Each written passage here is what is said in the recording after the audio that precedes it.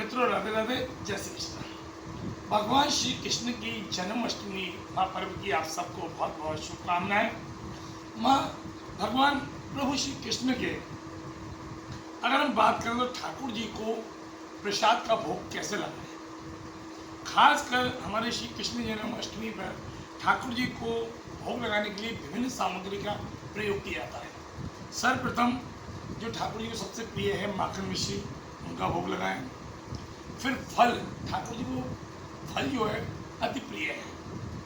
फिर लेही चोष्ट पदार्थ, यानी कि लेही चोष्ट पदार्थ क्या है, रबड़ी हुई, खीर हुई, बांसुरी हुई, ऐसी सामग्री जो ठाकुर जी को हम धराते हैं तो उनको विशेष फल की प्राप्ति होती है।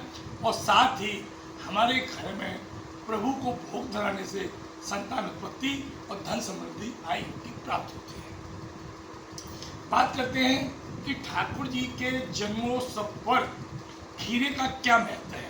बहुत सी जगह आपने देखा होगा मित्रों कि लोग भगवान श्री कृष्ण का जो जन्म करते हैं वो खीरे में करते हैं। रात्रि पर्यंत सायंकाल बहुत से ये ब्रज की परंपरा रही है कि प्रतीकात्मक स्वरूप रूप से भगवान श्री कृष्ण को खीरे का चीरा लगाकर, खीरे में चीरा लगाकर ठाकुर जी छोटे लड्डू गोपाल को उसमें विराजमान कर देते हैं। और फिर जब लग्न साथ के, यानी कि जब समय आता है ठाकुर जी का जन्म का, उस समय उस खीरे को हटाकर और ठाकुर जी को जो है जन्मोत्सव कराते हैं। वल्लभकुल संप्रदाय, पुष्टि मार्ग के मंदिर, अन्य जो बड़े मंदिर हैं, विग्रह हैं, वहाँ पर दूध दही घी शहद पूरे से भगवान का जो है पंचामृत कर अभिषेक होता है। खासकर जो प्रातःकाल सुबह से जो स्नान होता है वो विग्रह का होता है और रात्रि पर्यंत कहीं कहीं विग्रह का होता है और कहीं कहीं जो है शालिग्राम जी का भी पूजन अर्चन और पंचामृत जन्मोत्सव होता है। खीरे की अगर परंपरा को हम देखें तो ये एक बहुत ही शुद्ध फल के रूप में इसको माना जाता है और बड़ा कोमलता का स्वरूप इसको यशोदा महारानी को क्षो का भाव दिया गया है। और ये भाव रहता है कि आज प्रभु ने हमारे घर में जन्म लिया है, जगह जगह पर एकादशी में होती है। तो खासकर जो है पंजरी और खासकर इस दिन दरिये की पंजरी का भोग का भी विशेष महत्व है। दूध दही घी शहद बूरे से ठाकुर जी को पंचामृत कराएं, कहीं कहीं जो खीरे का है उसमें जन्म करें और ठाकुर जी को पाग आदि का भी भोग लगाएं।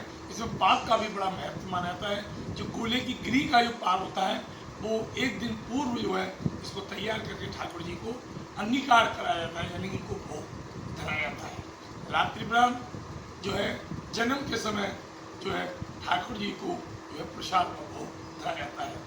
इसमें सुबह से लेकर और रात्रि पर्यंत तक व्रत का भाव भी रहता है और रात्रि में प्रसाद लेकर ही व्रत हो जाता है। दूसरे दिन जो है ठाकुर जी का भव्य नंद महोत्सव होता है। कहते हैं नंद के आनंद भई जय कन्हैया लाल की, हाथी दीना घोड़ा दीने और दीनी पालकी।